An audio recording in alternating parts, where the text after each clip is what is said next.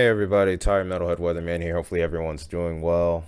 I know it's the start of the week, battling the Monday blues, but nonetheless here, we shall overcome. But that being said, we are looking at the tropics here, so make sure you're smashing that like button, hitting that subscribe button, hitting that share button, because surprisingly, even though it's the end of October, still plenty of activity going on here towards the Atlantic and also towards the Pacific. We're getting into the action here. We even have Tropical Storm Pilar that's developed recently. So interesting note with Pilar is we'll make a close pass to El Salvador, Nicaragua, maybe Honduras as well. But this is also expected to loop back out to sea and maybe stay there right now. Still kind of hard to tell what happens next after the 5-day period, whether it ends up being steered back towards land, which is obviously something we don't want, but nonetheless, it's still within the realm of possibilities. So we'll be keeping an eye on Pilar. We don't want to see another situation like Otis again. Thankfully, Acapulco seems to be pretty further off to the north here. So I don't think we'll see that kind of situation, but we didn't expect that to happen either. So just keep an eye out if you're over in this region here. But we also go back. We have another system to keep an eye on as well. And this disturbance has a very low chance of developing over the next 7 days, 30% right now. If we were to go to the 2-day outlook and get a look at the satellite imagery, not very much to look at there. Not very impressive looking by far.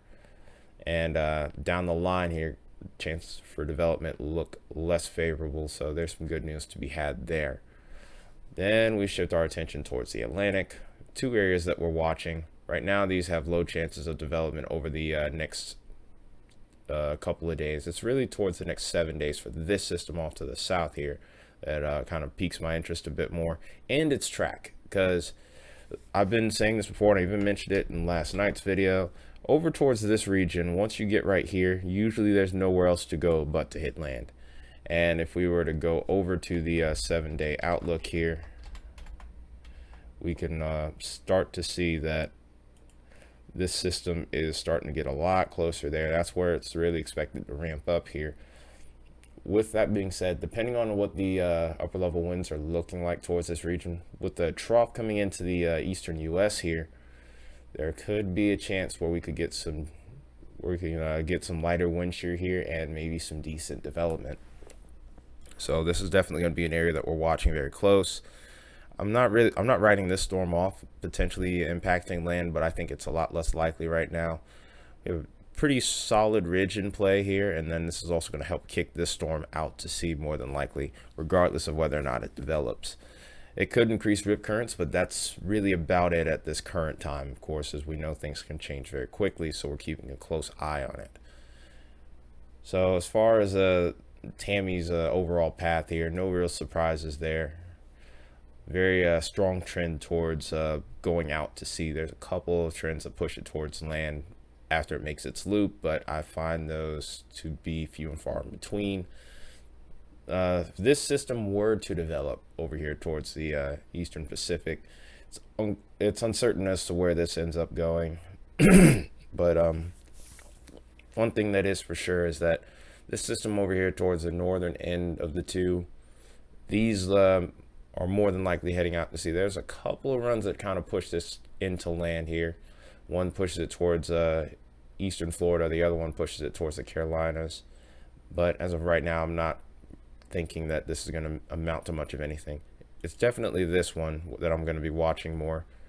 So we'll go ahead and actually look at what some of the HAFS models are looking at here in regards to Atlantic and Pacific here. Here's that first system. It's a little further to the north. It tries to get its act together. There's a chance that it does, but look how quickly that's getting pushed out to sea. Then we're watching this system here, and look what happens with this over the next few days. We get to about 4 days out, and then as we get towards that 5th day, it tries to get itself together just a little bit here. We're seeing that pressure drop to 989 millibars. It's a pretty solid tropical storm, maybe even a weak hurricane possibly. Like I said, a lot of uncertainty ahead still, but we still have the we still have very suitable conditions here. We're seeing that widespread area of 30 degrees Celsius area of 30 degrees Celsius sea surface temperatures, and that's a huge problem to me. That's very dangerous. We don't like seeing that. So hoping that we can get in an area here where we're starting to cool off really quickly before this gets towards any point where it's close to land here, so to speak. As far as the wind shear is concerned, I think we're looking maybe a little bit more favorable as time goes on. So here's that first system here heading out, and then we'll see our attention shift a little further to the south in a moment here. Looking at 1,000 millibars once again. And the thing is, right now it looks a little bit crazy, but like I said, we can only look up to about 5 days. Trough will really start to kick in around the 5th and beyond. A really strong trough is going to set in around the 10th. So this is going to be very telling as to what lies ahead next. We're just too far out to really get any good answers as to what lies ahead with this system. Go over to the Pacific. We can see this system beginning to develop in Pilar. And then the other systems mainly seems to be off the picture here, but nothing that really, like I said, it's nothing that really concerns me, and not really much of a chance of it getting going. This storm does its loop, and then after that it goes out in an environment that looks a lot less favorable. Doesn't really get much of a chance to develop, thankfully. So if this goes out to sea, that's really the best case scenario that we can ask for at this point. So that being said, I got to get running. Gonna be another long day at work for me. We'll have a video tonight going up about the Halloween night forecast, so hopefully you guys join me there. Appreciate you watching. Make sure you hit the like button, decimate that subscribe button, and obliterate that share button. Make sure you get that bell on as well. It's been Metalhead Weatherman. I'll see you guys in the next video. Till then, take care and have a nice day.